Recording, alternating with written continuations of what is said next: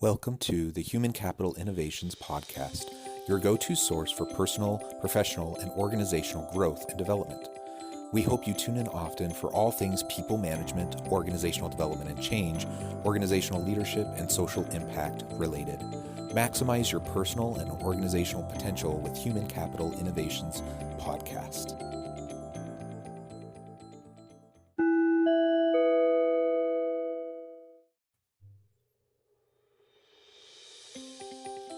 Welcome to the Human Capital Innovations Podcast. In this HCI podcast episode, I talk with Christine Rose about how leaders can successfully navigate the impact of COVID-19 on women in the workplace.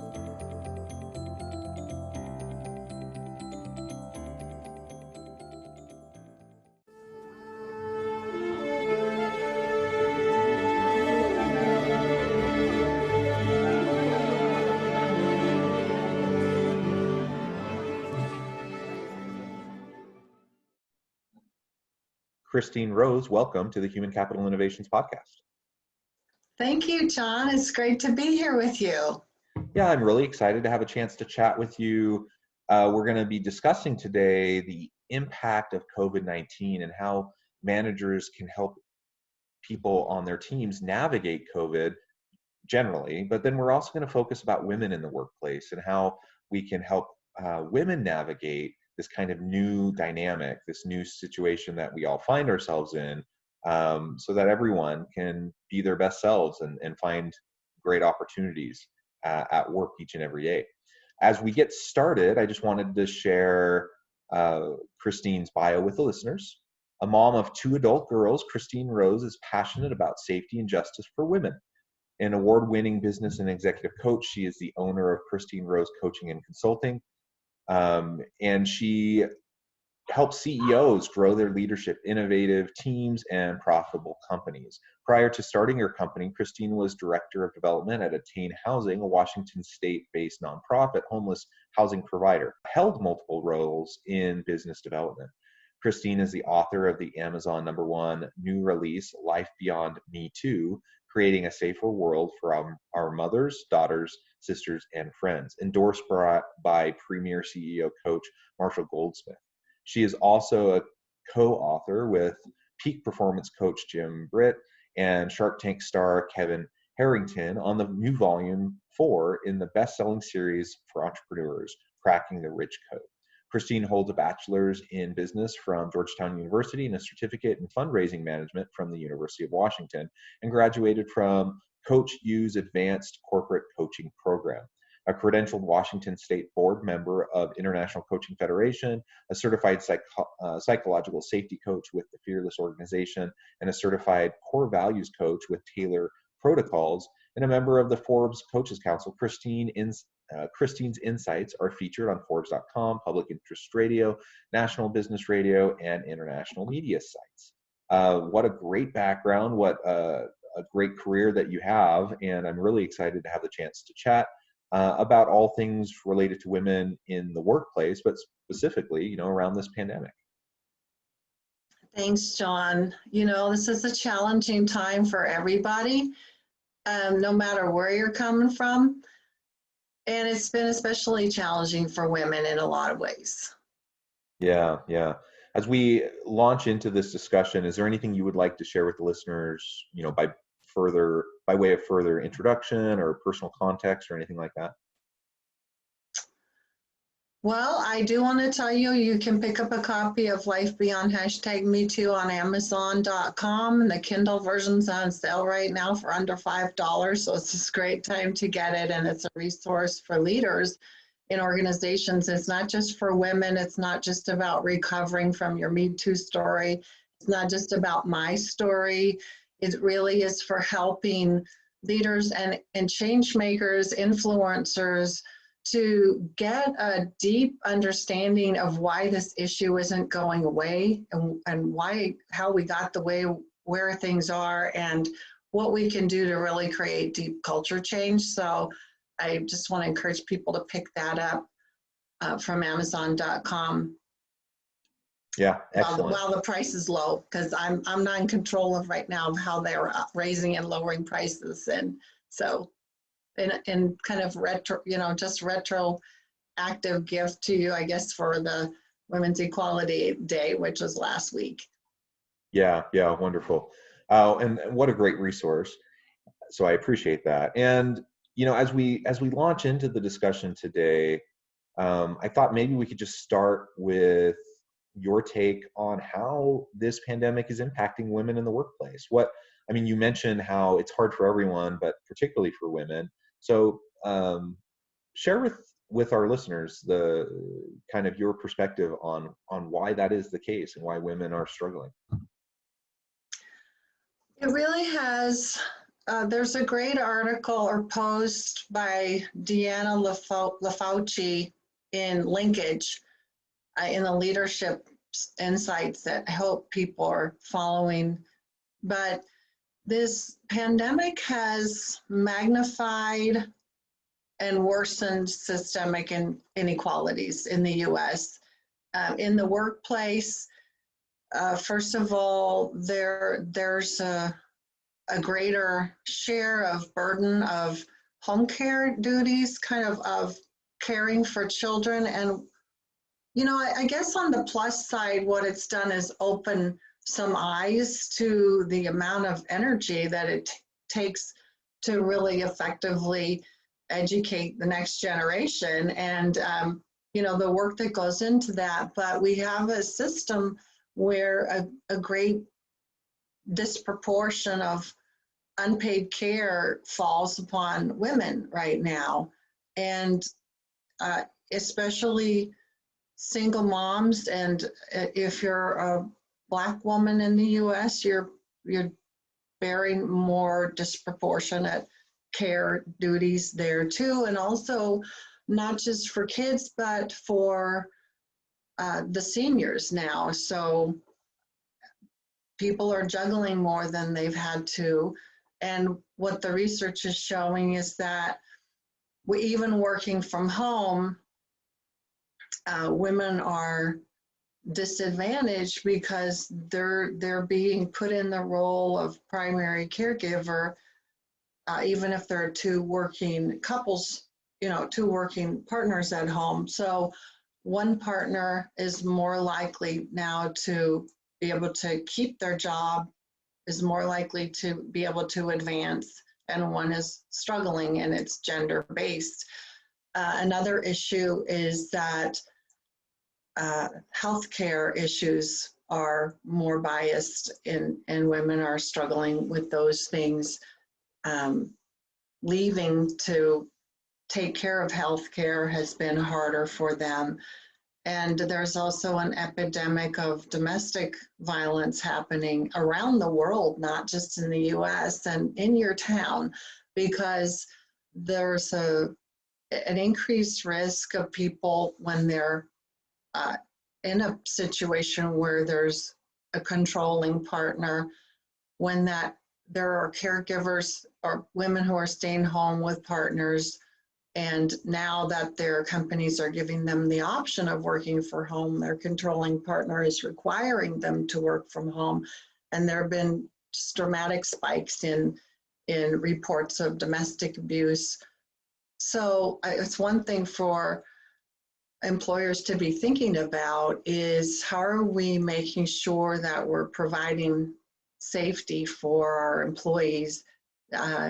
It's a challenge that they addressed physically when we were physically working together, but it's a challenge to be thinking about for women who are more likely to be victims of violence in the home as well right now. Like, how do we make sure that we check in on people in a safe way, to make sure that there's reporting. Of course, all the reporting is public service and is protected, and it's been open, but it's still really challenging for people in those situations, especially to get the help they need. Yeah, well, thank you for providing kind of that framing for the unique challenges that various minority groups are facing. You're absolutely right. So there's just so much evidence, so much research to demonstrate the systemic, disproportionately negative impacts on women, on people of color, on these various minority groups, that they absolutely share the brunt. Or they take on the greater brunt of the load in these types of difficult situations. And I know, like in my own home, I like to think that my wife and I have a very balanced sort of relationship. But we're both working from home. We have 6 children who are all doing online school. We're trying to balance it with childcare, with home, with taking care of things in the home. And it is absolutely a challenge. And we're fortunate enough to have a situation where we both have jobs that can be fully remote, and that we have the means and the technologies to be able to assist our kids with their online schooling. But that's not always the case, right?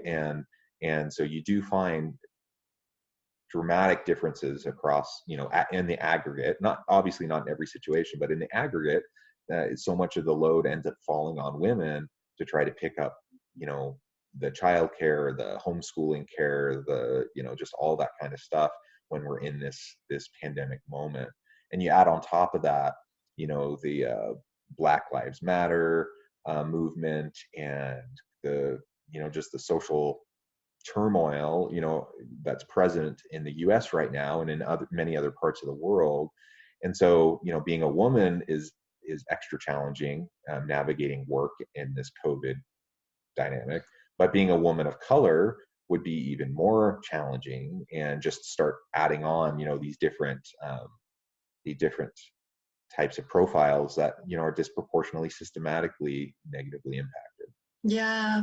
And John, when you think about the pay gap, especially, I mean, we just had, Black Women's Equal Pay Day, and when Black women are earning less than 62% of what a white man's earning for, same jobs, and for women overall earning just a little over 81% more, of what a man earns for the same work, they're not able to save at the same rate either. So for women, actually, women in that demographic have 30% less overall savings. And so they're tapping into that, and, they're hitting kind of crisis levels sooner.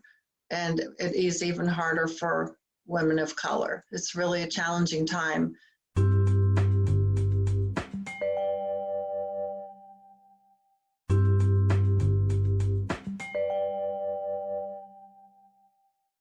So what thoughts do you have about what managers can do to help women navigate it within this dynamic? So, considering, and not just COVID, not just the pandemic, but generally speaking, even in times where we're not in lockdown and we're not in social isolation situations, women still disproportionately had to do more of the childcare and the housework and all those sorts of things. And so, the ability to have flexible work schedules and to work virtually sometimes, and to be able to have boundaries around how work, shifts over into home life and working weekends, and, all that kind of stuff, all the, the things we typically talk about in terms of work-life balance, disproportionately negatively impacted women.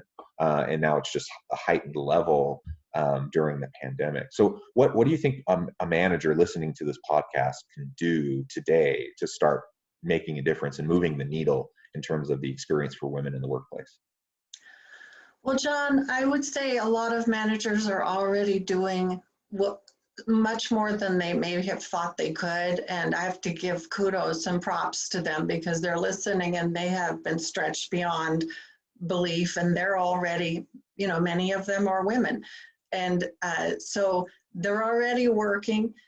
And then it's, in addition to offering flexibility in schedules, which is really key, part of this just creating that climate in your teams for psychologically safe conversations. And that is just, are we open? Are we being real? If it's a team meeting and it's not a public facing meeting, is it okay to show up without taking the extra 20 minutes to put the makeup on, which is a systemic, I don't know, an issue that women have to face that, I mean, guys, let me just tell you, I see you on Zoom. And the women with the makeup on, they've got that culturally acceptable look. But hey, if it's just a team and you really don't need to do that, maybe is it okay to change the rules there and just say, you know what, for team meetings, let's forget about the makeup. And is it okay to show up and have a kid walk behind you? Because the only place you can put your computer right now is in that spot in the dining room because all the bedrooms are taken. And, you know, just to not freak out about somebody's kid walking behind them, to create this safe environment for each team member. And there's times where, you know, you need to present that public face and definitely just let people know what's expected. But there are times where it would just take a lot of pressure off if you recognize that the intelligence and the work ethic of the person that you hired is still there, and they're pushing and they're doing everything they can. And to have conversations where it's safe to learn together. If you're not used to working remotely, I mean, people have come a long way in the last 4 months on learning how to work remotely with teams. But, you know, checking in with your team about how safe is it to say, I don't know how to use the video conferencing invitations on Microsoft Teams, so that they can ask you instead of asking their brother-in-law. You know, is it safe to just check in and say, I need to learn this? Do we have learner safety? Is it safe to be able to contribute where you're at? You know, you've got these people on your teams that are experienced and have earned their chops, and now they want to contribute, and maybe they want to contribute something new that could be innovative and really helpful to your organization as you're flexing in this time. And have you provided an opportunity where all voices are heard? And on Zoom with the mute button, everybody's staying on mute, you may get through meetings and not hear from some of your people, but where are they having an opportunity to contribute? Yeah. And another thing is just providing an opportunity for your teams to challenge the status quo.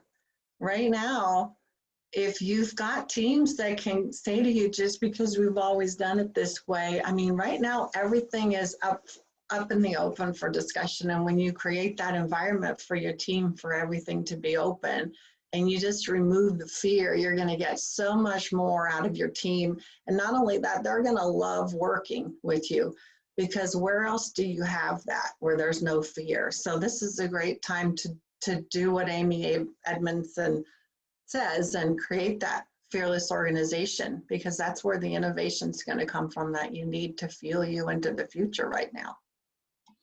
Yeah, well, everything you said, I completely agree with. And, you know, it's applicable beyond, you know, the scope of women in the workplace. It's really good leadership, and it's about how to manage a good team in any environment, particularly in a digital kind of virtual workspace, and particularly for women. So I think it's important to consider all those things. And there are a couple of things you said that I wanted to drill down on just a little bit.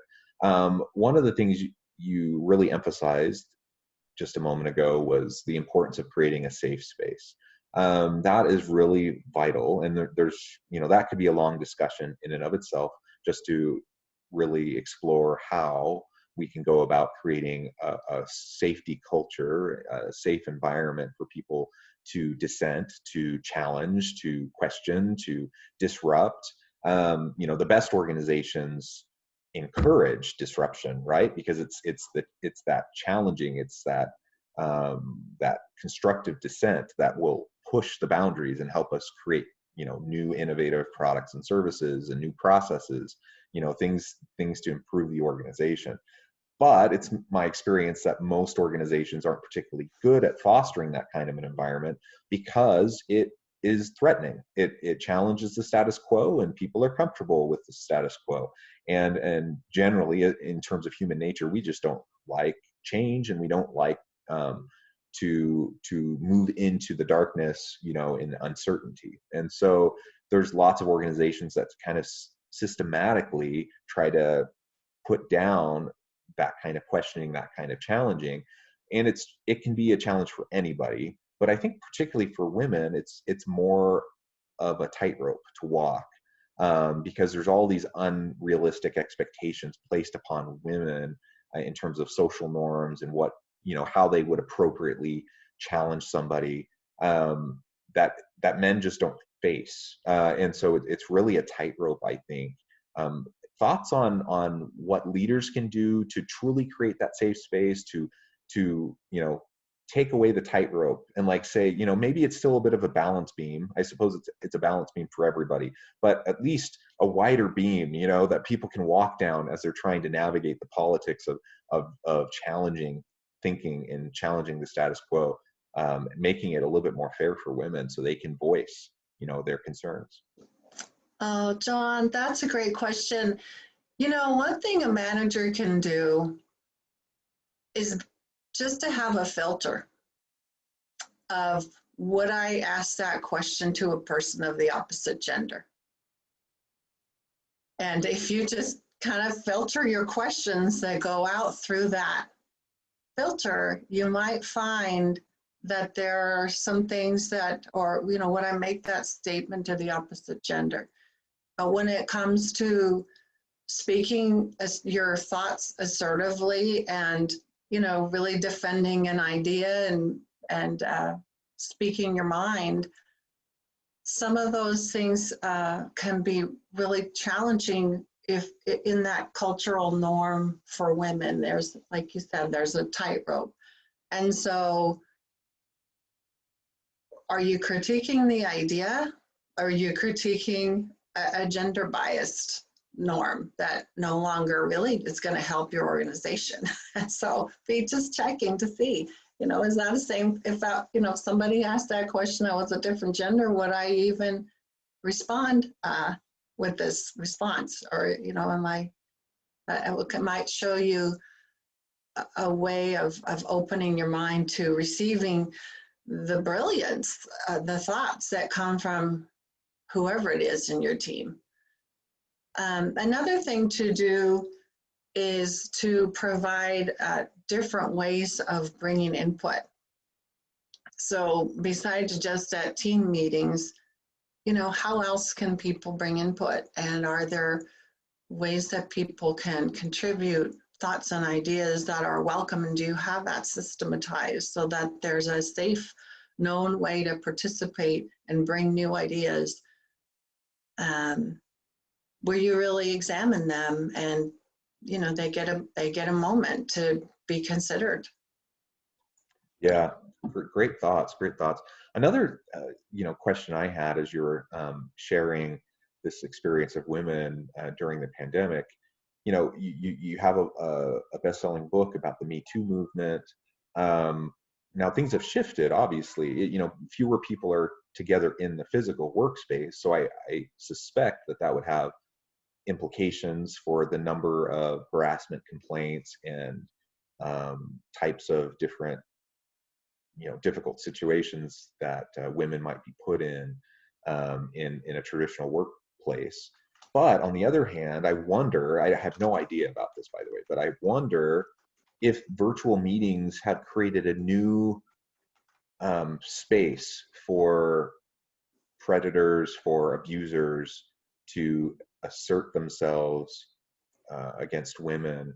Because I think if I'm in a physical workspace and I'm a perpetrator, and it's a challenge, there's certain things I have to consider as I'm trying to behave in unhealthy ways. I have to be aware of my surroundings, right? I have to be aware of who's around, who could see us, who could observe us. If it's just me and I'm doing like this one-on-one Zoom call with somebody, what's keeping me from, taking off that filter, from saying inappropriate things, from putting inappropriate pressure on somebody?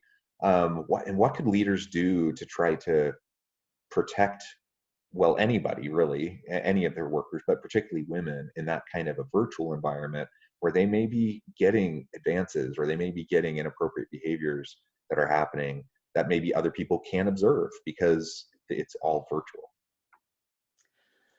Yeah, that's a good question, and that stuff is happening.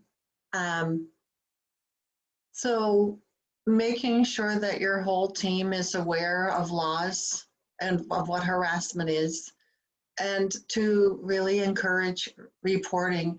And, you know, in organizations, is your human resources, is your reporting system set up to get to the truth, or is it set up to protect your organization from financial loss?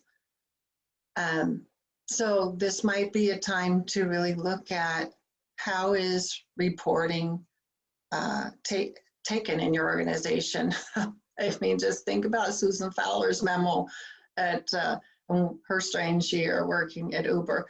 And, you know, when stuff can happen by email, internal email in organizations, it can happen on Zoom, it can happen on Teams and Slack, you know. So it's a little bit harder because it's public, but in private conversations, you know, they're not that private anymore, and it's pretty easy to share. But what are you doing with that information? And this is a leadership issue. This is what's happening at the top level of your organization, because that's where the culture is determined, right there. And if they take this seriously, you're gonna have systems and processes in place to be listening, to be checking in. And when somebody reports something, you know, you're gonna be more likely to believe it, or at least find out if it's a credible claim. There's always, in the book I talked about, that there's always a risk that there's some false reporting, but it's very minuscule compared to the risk of not reporting at all.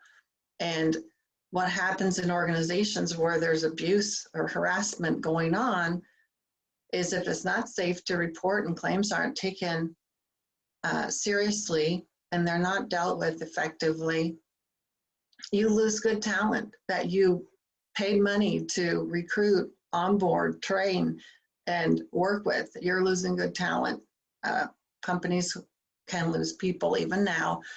And right now there's a talent war going on. There's a lot of people who are laid off and looking to move and making changes. And so you want to keep your good people. So make sure that your structure is set up to encourage reporting. There's different kinds of discrimination and harassment that can happen right now during this virtual time. And also there's retaliations going on. So if there's someone who experienced harassment and has reported, and there's a structure in the organization that doesn't take claims seriously, now they're at a great point of retaliating by laying people off or firing people really unjustly, and attributing it to financial reason or budget reason. So you could be getting sued for wrongful discrimination too. So make sure that you have all your records in place. But it's, really it's about caring for your people and having that culture from the top down, that we just care about our people, and we've created a great place to work, and we love working together, and we're sharing the care of providing the services and products to our customers that is making the world a better place. And we want that to be all how we work together. Excellent tips. Christine, it has been a real pleasure talking with you today.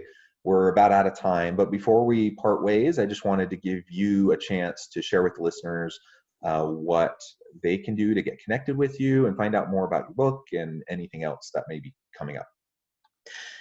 Yeah, I actually work with CEOs of small to mid-sized companies and do coaching and consulting for firms of those size usually. To reach out to me, you can find me on my website, which is currently under construction. I have a new one coming along, but the old one has the blog still, www.christinerose.coach. And you can find my book on Amazon.com, Life Beyond #MeToo, Creating a Safer World for Our Mothers, Daughters, Sisters, and Friends. Excellent. Thank you, Christine. It has been a real pleasure talking with you. I encourage my listeners to reach out, get connected, find out more about what Christine can do for you, check out her book. I hope everyone stays healthy and safe, that everyone can continue to find meaning and purpose at work each and every day. And I hope everyone has a great week. Thank you.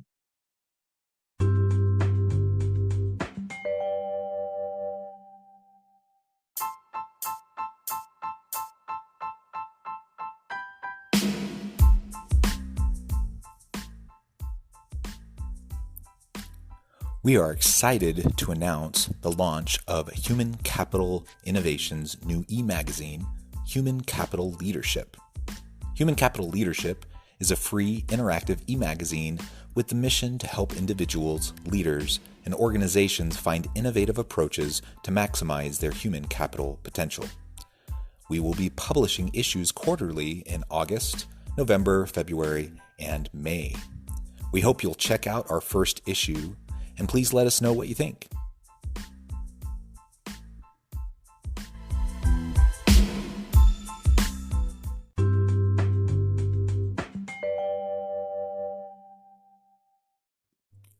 Thanks again for joining us for this episode of the Human Capital Innovations Podcast. I hope you stay healthy and safe and that you have a great week.